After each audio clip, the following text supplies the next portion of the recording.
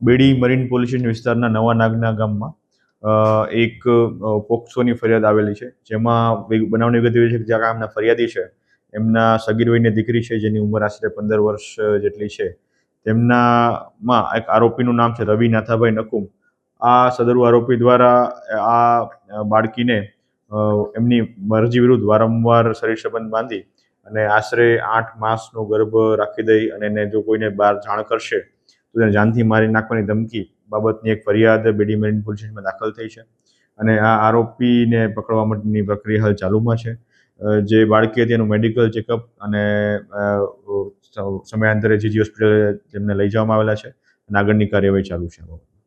આરોપી દ્વારા આત્મહત્યાની કોશિશ પણ કરવામાં આવી. જ્યારે આ બેડી મરીનનો પોલીસ સ્ટાફ આ આરોપીના વોચમાં હતો અને તેને શોધવા માટેની પ્રયત્નો ચાલુ હતા, તે દરમિયાન રેલવે પોલીસ તરફથી જાણકારી મળેલી હતી કે આ સદરુ જે આરોપી જેને બેડી મરીન પોલીસ ગોતી શોધી રહી હતી એ આરોપી દ્વારા આત્મહત્યાનો પ્રયાસ કરવામાં આવેલો છે અને એના બાબતની જે સમગ્ર બનાવ બાબતની જે જાણવાજોગ ફરિયાદ છે એ રેલવે પોલીસ સ્ટેશન દ્વારા દાખલ કરવામાં આવેલી છે.